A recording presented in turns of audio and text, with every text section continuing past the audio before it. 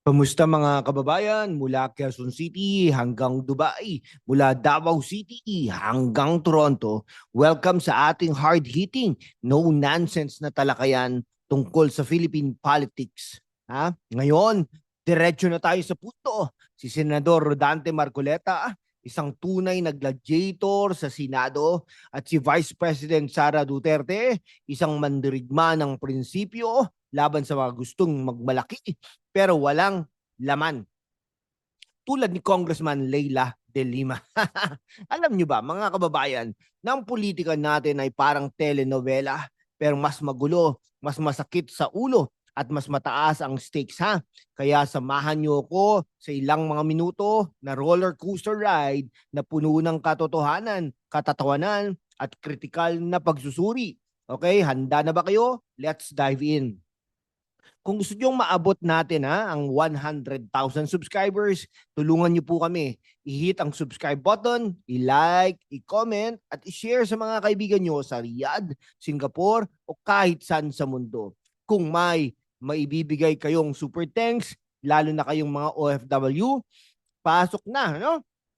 Para mas marami tayong ganitong content. Mabuhay kayo sa Hong Kong, Los Angeles, at Cebu City. Magsimula tayo sa mainit na issue. Ang impeachment case laban kay Vice President Sara Duterte, mga kababayan, parang pelikula ito sa Netflix. Pero mas maraming plot twist. Si Sara na hinirang ng 32.2 million Filipinos bilang Vice President, biglang inakusahan ng mga bagay na parang gawa-gawa sa teleserye. Fund misuse, unexplained wealth, at pasok ang drama, alleged murder plots. Ano ba ito? Script ng Hollywood? Pero seryoso, tignan natin ang facts. Sa kanyang inaugural speech noong 2022, sinabi ni Sara na ang kanyang layunin ay maglingkod sa Diyos, bayan at pamilya.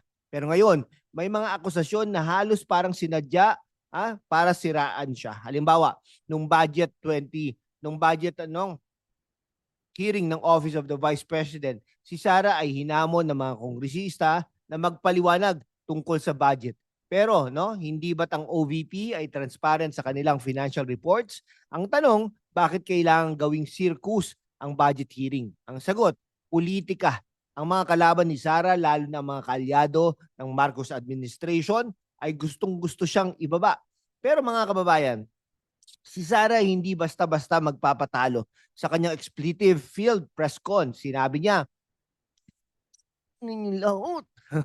Isang revelasyon ng kanyang tapang at pagkabigo sa mga gustong magmalaki pero walang pruweba. Pero para sa fairness, tignan natin ang side ng mga nagrereklamo. Sabi nila, may mga discrepancies daw sa paggamit ng pondo sa OBP. Halimbawa, may mga ulat na ang ilang pondo ay hindi na-account ng maayos. Pero mga kaibigan, wala pang konkretong ebidensya na inilabas sa publiko na magpapatunay ng maling gawain. Ang impeachment complaint na sinusuportahan ng 240 lawmakers ay parang isang fishing expedition. Hinintay nila kung anong mahuhuli. Kaya naman si Sara pa rin ang may upper hand dito dahil ang mga akusasyon ay speculative pa lamang. Impeachment, parang reality show sa Pinoy Big Brother political edition. Ang tanong, sino ang unang mai-evict? Si Sara na matibay ang loob o ang mga akusasyon na parang bula biglang mawawala kapag hinintay ang ebidensya? Ngayon, pag-usapan natin si Senador Dante Marcoleta, ang tunay na giant slayer sa Senado. Kamakailan, si Marcoleta ay tinanggal sa Committee on Justice at ano ang sinabi niya? Na ito daw ay bahagi ng plano para ma-impeach si Sara Duterte. Mga kababayan, si Marcoleta ay hindi lang basta politiko. Siya ang tipong magsasalita ng katotohanan kahit na magdulot ito ng galit sa mga makapangyarihan. Sa kanyang radio program, sinabi niya na ang kanyang pagkakatanggal isang taktikal na galaw para bawasan ang kanyang impluensya sa mga usaping tulad ng impeachment.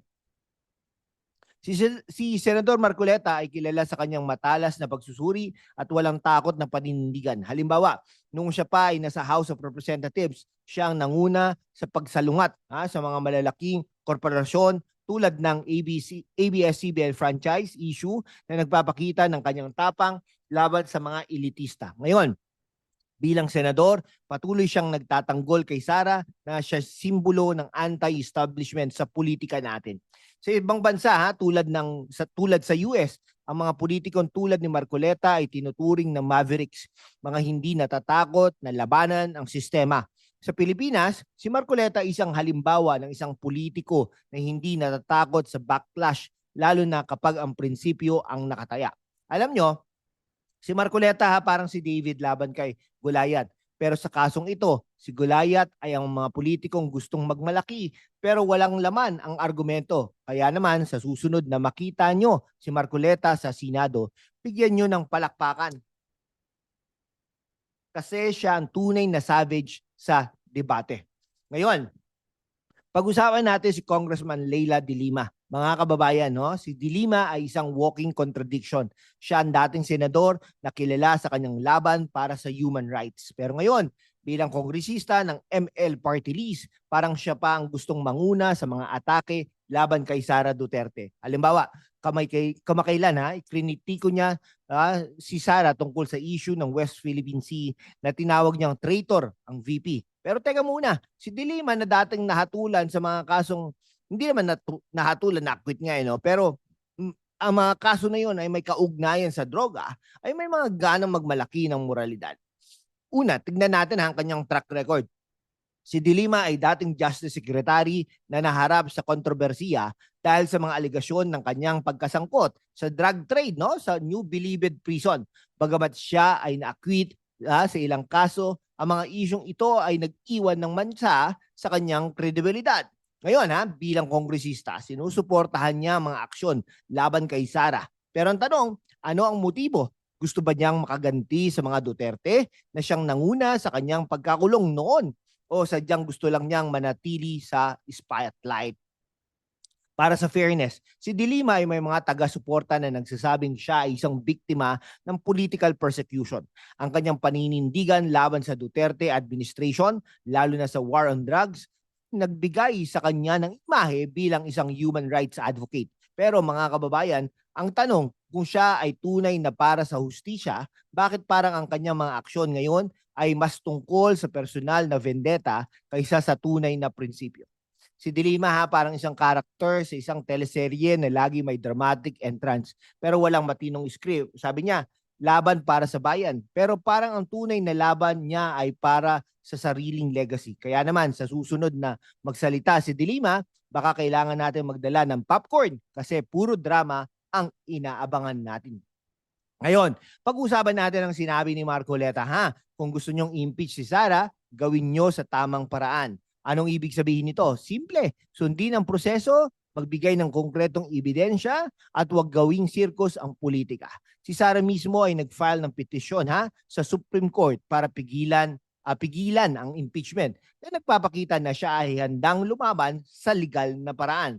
Ang impeachment sa Pilipinas ay isang constitutional process na nangangailangan ng malinaw na batayan tulad ng betrayal of public trust o culpable violation of the Constitution. Pero ang mga akusasyon kay Sara ay parang hinugot sa hangin. Halimbawa, ang issue ng fund misuse ay hindi pa napapatunayan sa korte at ang mga aligasyon ng murder plots ay masyadong malabo para maging seryoso.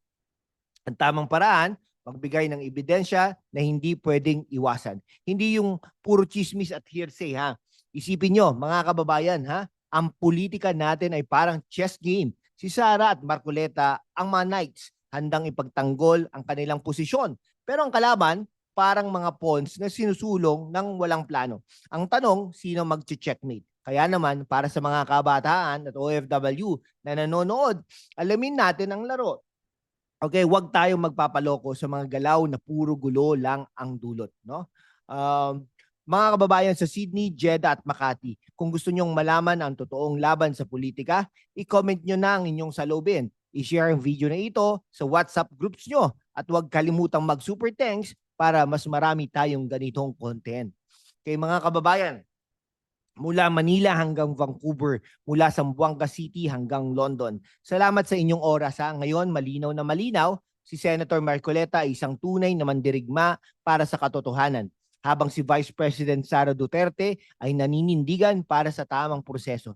Si Leila de Lima parang siyang gustong maging bida sa isang pelikulang wala namang magandang script. Pero seryoso ha, ang politika natin ay hindi laro. Ito ang kinabukasan natin. Kaya para sa mga kabataan at OFW, gisingin natin ang ating kritikal na pag-iisip. Alamin ang katotohanan, huwag magpadala sa drama. Kung nagustuhan nyo ang video na ito, hit ang subscribe button, i-like at i-share sa inyong mga kaibigan sa Qatar, New York at Davao City. Huwag kalimutan mag-comment ng inyong salubin at kung kaya nyo, mag-super thanks na rin para sa mas marami tayong ganitong content. Ang layunin natin 100,000 subscribers para mas maraming Pilipino ang magising sa katotohanan. Mabuhay ang Pilipinas mula Quezon City hanggang Dubai.